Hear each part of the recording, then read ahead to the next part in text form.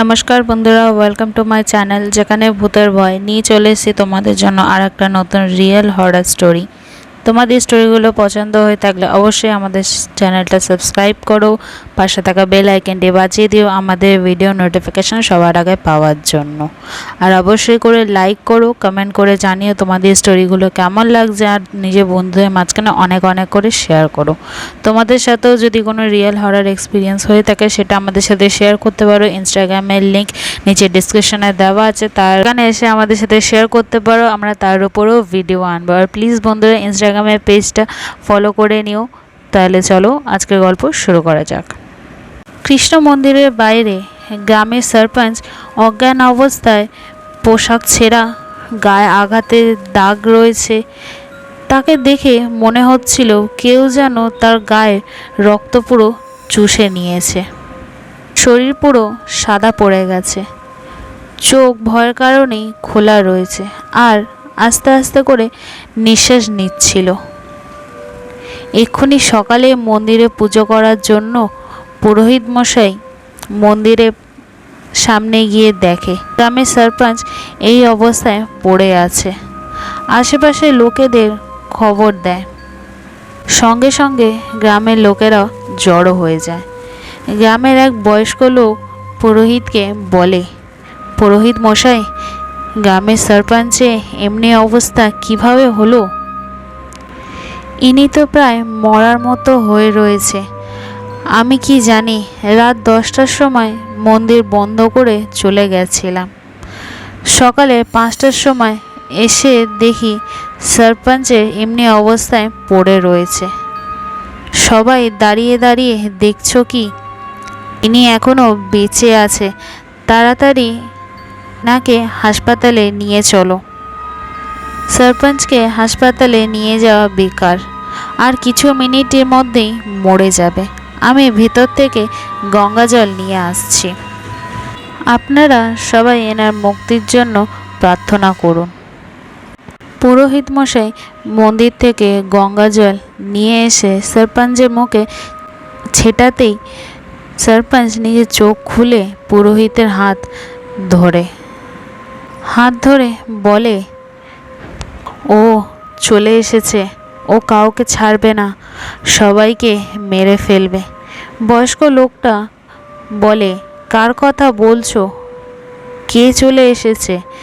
মোহিনী, ও ফিরে এসছে।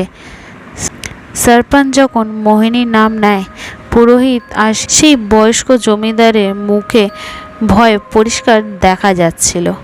দুজন দুজনের দিকেই তাকিয়েছিল।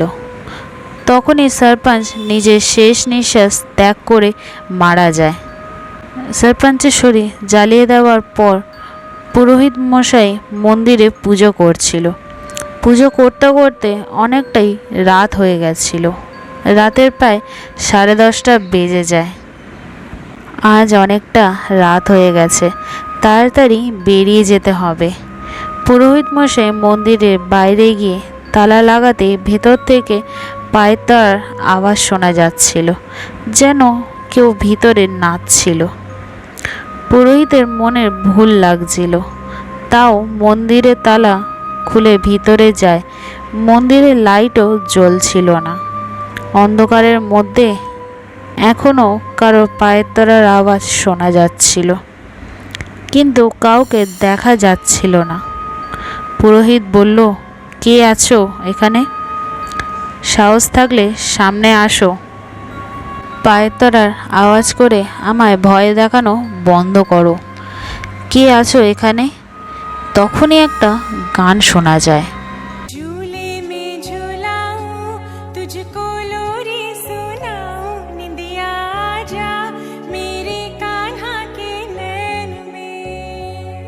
পুরোহিত মশাই, দেখুন না, কখন থেকেই কানাকে ঘুম পাড়ানোর চেষ্টা করছি, কিন্তু কানা ঘুমাচ্ছেই না। আপনি বলুন না ঘুমিয়ে পড়তে, এ কদিন ধরে বিরক্ত করছে বলে জোরে জোরে হাসতে লাগলো। পুরোহিত ভয় পেয়ে বলল, মোহিনী, মোহিনী তুমি আছো? সামনে আসো। না, তুমি মোহিনী হতে পারো না। সে তো মরে গেছে। কে আছো তুমি? আমায় ভয় দেখানো চেষ্টা করো না, আমার ওপর ভগবানের হাত রয়েছে। তুমি কি শুধু দাসী? শুধু একজন দেবদাসী? ভয়ঙ্কর গলায় বলল। হ্যাঁ, দাসী, শুধু এক দেবদাসী, ঠাকুরজি দাসী।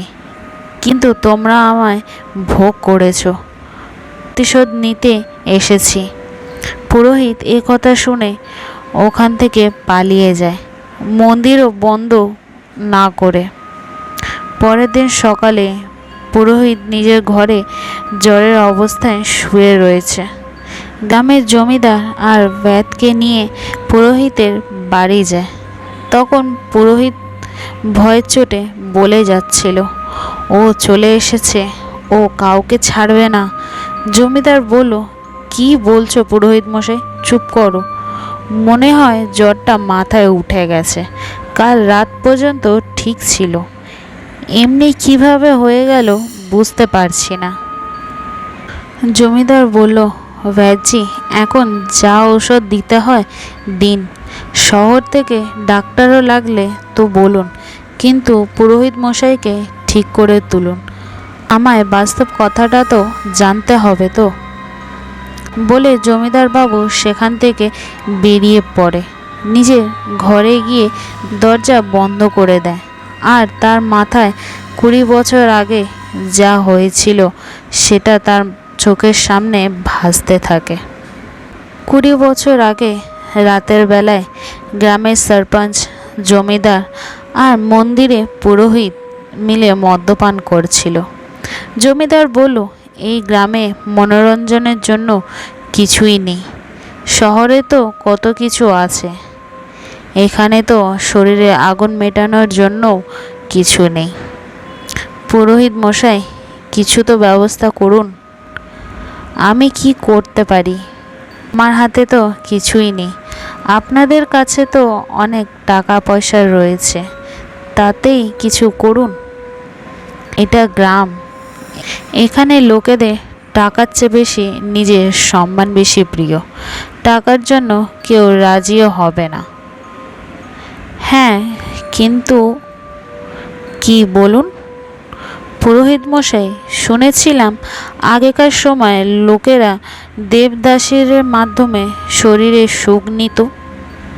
যেই মেয়েরা আসতো দেবতার নাম করে আর দেহে সুখ নিত, এমনি হতো আগে, কিন্তু এখন আর কেউ মানে না। যদি কেউ না মানে, আমরা মানতে বাধ্য করব। কাল সকালে দেখা করছি। পরের দিন সকালে সরপঞ্চ, জমিদার আর পুরোহিত মশাই গ্রামের সব লোকেদের জমা করেছিল। বলল, এরা সবাই তো জানেন পুরোহিত মশাই ছোটবেলা থেকেই বাল ব্রহ্মচারী পালন করেছেন। ছোটবেলা থেকেই কৃষ্ণ ঠাকুরের সেবা করছেন। তাতে ঠাকুরজি খুশি হয়ে কাল রাতে ঠাকুরজি পুরোহিতের স্বপ্নে এসে বলেন, গ্রামে যে কোনো পুরুষ নিজের ঘরে মেয়েকে দেবদাসী বানিয়ে মন্দিরে ছাড়তে পারে, তাতে তার মনের ইচ্ছা পূরণ হবে। আপনারা এই আদেশ পালন করুন আর কৃষ্ণ ঠাকুরের আশীর্বাদ পান। গ্রামের লোকেরা বলে, দেবদাসী এই প্রথা তো বন্ধ হয়ে গেছে, যদি সরকার জানতে পারে। এমনিতেও বাল্যবিবাহ ও দহেজ প্রথা বন্ধ হয়ে গেছে, কিন্তু গ্রামে এখনও তো চলছে। নিজেদের ইচ্ছার জন্য যখন সরকারের আইন মানি না, তাহলে ঠাকুরজি সেবা করার জন্য সরকারের নিয়ম কেন মানতে যাব? আগে আপনাদের ইচ্ছা, আমরা তো চাইছি গ্রামের সব লোকেদেরই ইচ্ছা পূরণ হোক। বলে সবাই নিজের নিজের ঘরে চলে যায়, কিন্তু তাদের মনে এই চিন্তাটা চলেই যাচ্ছিল। কি করবে পায়েলের মা? কি বলো? এমনিতে তো আমাদের ঘরে 3টেই মেয়ে আছে, আর আমার কাজবাজও এত ভালো নয় যে 3খানা মেয়েরই বিয়ে দিতে পারবো, আর তুমিও আবার মা হতে চলেছ। পায়েলকে ঠাকুরজির সেবাতে ছেড়ে দিয়ে আসবো। হয়তো ঠাকুরজি খুশি হয় এবারে ছেলেই দিয়ে দেয়। এবারে আর তাই হয়। পায়েলের এবারে ভাই হয়েছে। পায়েলের বাবা খুব খুশি হয় আর গ্রামের লোকেদের বলে পায়েলকে দেবদাসী বানাতেই তার পরিবর্তে ছেলে দিয়েছে। গ্রামের লোকেরাও বিশ্বাস করেছিল। সরপঞ্চ মিথ্যা কথা বলছিল না। কিন্তু পায়েল কি করবে? সারা সকাল মন্দিরে কৃষ্ণ ঠাকুরের সেবা করত, আর রাতে সরপঞ্চ, জমিদার আর পুরোহিত মশাই সেবা করত। তারা সবাই মিলেই পায়েলকে ভয়তে রেখেছিল।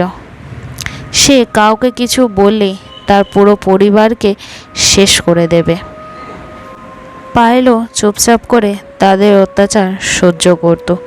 তার বদলে পায়েলকে পেট ভর্তি করে খাবার দেওয়া হতো, যেটা সে নিজের ঘরে কোনোদিনই পেত না। পায়েলের পরিবারের কথা শুনেই পাশের গ্রামে শঙ্কর নিজে অসুস্থ বউয়ের কারণে নিজের পরিবারে দেখাশোনা করতে পারত না। এটা কি সত্যি? সত্যি কি ঠাকুরজি মনের ইচ্ছা পূরণ করছে? তাহলে কি আমার বউকে ঠিক করে দেবে? কিন্তু কিভাবে? নিজের 15 বছরের মেয়েকে মন্দিরে একা কিভাবে ছেড়ে আসবো? কিভাবে? অনেকক্ষণ ভাবার পর নিজের মেয়েকে দেবদাসী বানানোর সিদ্ধান্ত নেয়। মোহিনী প্রথমে তো বারণ করে, তারপরে নিজের ভাগ্য ভেবে মন্দিরে চলে যায়। মোহিনী মন দিয়ে কৃষ্ণ ঠাকুরের সেবা করত। ওনার সামনেই নাচত, গান করত, আর যখন গান করত সবাই শুনে অনেক শান্তি পেত। কিছুদিন পর তারা 3জনে একসাথে এসে মোহিনীর সাথে শোয়ার জন্য বলে। মোহিনী না বলতে তারা 3জনেই মিলে মোহিনীকে জোর করতে লাগে। জমিদারের ধাক্কাতেই মোহিনীর মাথা দেয়ালে লেগে যায় আর মোহিনীর মাথা ফেটে রক্ত বেরিয়ে যায়। জমিদার বলে, একে ব্যাজির কাছে নিয়ে চলো। না না, এই সবাইকে সব কিছুই বলে দেবে। পিছনে মাটির নিচে চাপা দিয়ে দাও। সবাইকে বলে দেবো মোহিনী পালিয়ে গেছে। তাই করে। দিন যেতে যেতে সবাই মোহিনীর কথা ভুলে গেছিল। সেই মোহিনী 20 বছর পর ফিরে এসেছে তাদের দিয়ে প্রতিশোধ নেওয়ার জন্য। তখনই জমিদারের ঘরের জানলায় আওয়াজ হতে লাগে। জানলার দিকে তাকাতেই মোহিনী সেখানে দাঁড়িয়েছিল। তার মাথা থেকে পড়ে যাওয়া রক্ত তাকে আরও ভয়ঙ্কর দেখাচ্ছিল। তা দেখে জমিদার বাবুর হাত পা ঠান্ডা পড়ে গেছিল। এসো, এখানে এসো, আমার কাছে এসো, আমার দিয়ে দূরে যেও না, এই বলেছিলে না সেই দিন। এবারে আমার থেকে দূরে যাচ্ছ কেন? আমার পাশে আসো বলে জমিদার বাবু কাছে যেতে লাগে। জমিদারও ভয় পেয়ে পিছনের দিকে সরতে থাকে। সরতে সরতে ছাদের একদম ধারে পৌঁছে যায়। মোহিনীও সাথে সাথে এগাতে থাকে। মোহিনীর থেকে বাঁচতে জমিদার ছাদ থেকে পড়ে গিয়ে মাথা ফেটে মারা যায়। আর ওদিকে পুরোহিত মশাই জ্বর এতটাই বেড়ে যায় সে সব জায়গায় মোহিনীকে দেখতে পাচ্ছিল। ভয়তে ঘরের বাইরে দৌড়াতে থাকে। দৌড়াতে দৌড়াতে নদীতে পড়ে যায়। যেমনিভাবে মোহিনীর অদৃশ্য হওয়া এক রহস্যময় ছিল, সেমনিভাবেই সরপঞ্চ, জমিদার আর পুরোহিতের মৃত্যু এক রহস্য হয়ে গেছিল। এই মন্দিরে এখনও রাতের বেলায় গান আর নাচের আওয়াজ শোনা যায়।